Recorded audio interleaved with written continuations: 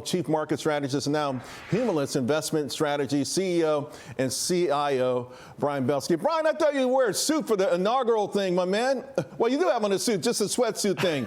Congratulations, but we got a lot to go through. So let's start with all this AI bubble talk, because you made a lot of press yesterday. You actually said the talk itself is dangerous. Explain that. I do. Thank you so much for having us, and thanks for your well wishes. We really, really appreciate all your support. So, I think that the term bubble is the most overused term in investments or finance alone. For a bubble to occur, you absolutely, positively have to have frivolous and frothy activity from all over the place. You yourself, in the prior interview, were talking about how one company's doing this, another company's doing that. We're seeing massively differentiated fundamentals and technicals in the technology sector, let alone the AI sector. And if you and I remember the dot-bomb, I mean the dot-com era, where anything with a dot-com went up. And you're starting to see massive differentiation with respect to what's happening in tech land. So lastly, think about this, man. You're not seeing the, let's call it frivolous, frothy IPOs, secondaries, and most important, M&A activity, business combinations like we saw in 99-2000. Yeah. We're nowhere near that, so I think we're still early on. I agree with you 1,000%. If this was the bubble, then Meta stock wouldn't be getting hammered over the last few sessions, right? Let's talk about your target. Last November, you said your bull target, rather, was 7,000. We're almost there, so I guess you're sticking with that, right, for the rest of the year? We are. We don't see adding a lot of value for 2 months in the year. We're gonna change our target. No, we're gonna stick with our 7,000 target. We also like to always set up, and we have historically through doing this almost 36 years, to kind of under-promise and over-deliver.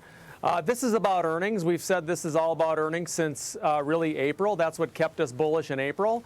And we think that the earnings trajectory across the majority of stocks and sectors looks very, very good. And we're seeing the equal weighted S&P from an earnings perspective, but more importantly from our process and discipline, we're starting to see operating performance from these areas begin to improve. Right. And so that's what makes us continued bullish. All right, so let's look forward to next year.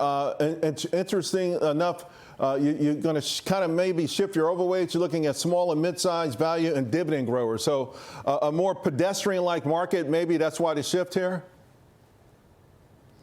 Hey, that's okay. Pedestrian's okay. I think that we're heading into Goldilocks. And I think in Goldilocks, you're going to have a lot of performance from a lot of different areas. And it's not at the expense of tech. We're just going to see a broadening out, because remember, a lot of money's coming back to the U.S. People forget about this.